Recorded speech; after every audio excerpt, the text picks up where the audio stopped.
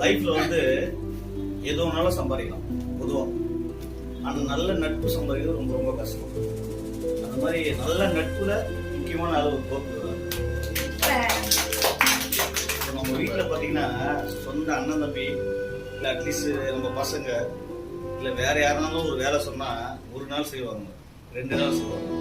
எனக்கு தெரிஞ்சு எனக்கு 7 வருஷமா வேலை செய்யற ஒரே ஆள் அவன் தான். எப்படி கர்ணன் மாதிரி எனக்கு கர்ணனா இருக்கான் அவன். நம்ம எது சம்பாதிக்கும் நட்பு சம்பாதிச்சோம். அந்த மாதிரி எந்த பொறுத்தவரையும் நான் எப்பவுமே நட்புக்கு சின்ன வயசுல முக்கியம் கொடுத்துருவேன்.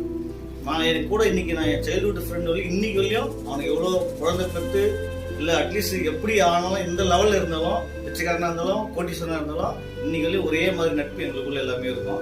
அந்த நட்பு தான் நான் எல்லார்கிட்டையுமே காமிப்பேன். இல்லை மகிழ்ச்சியாகவும் மனசுக்கு மகிழ்ச்சியாகவும் நீ கிடைச்சதெல்லாம் புரிவார். நம்ம திருச்செந்தூர் முருகன் அருள் எப்பவுமே உங்களுக்கு இருக்கும்.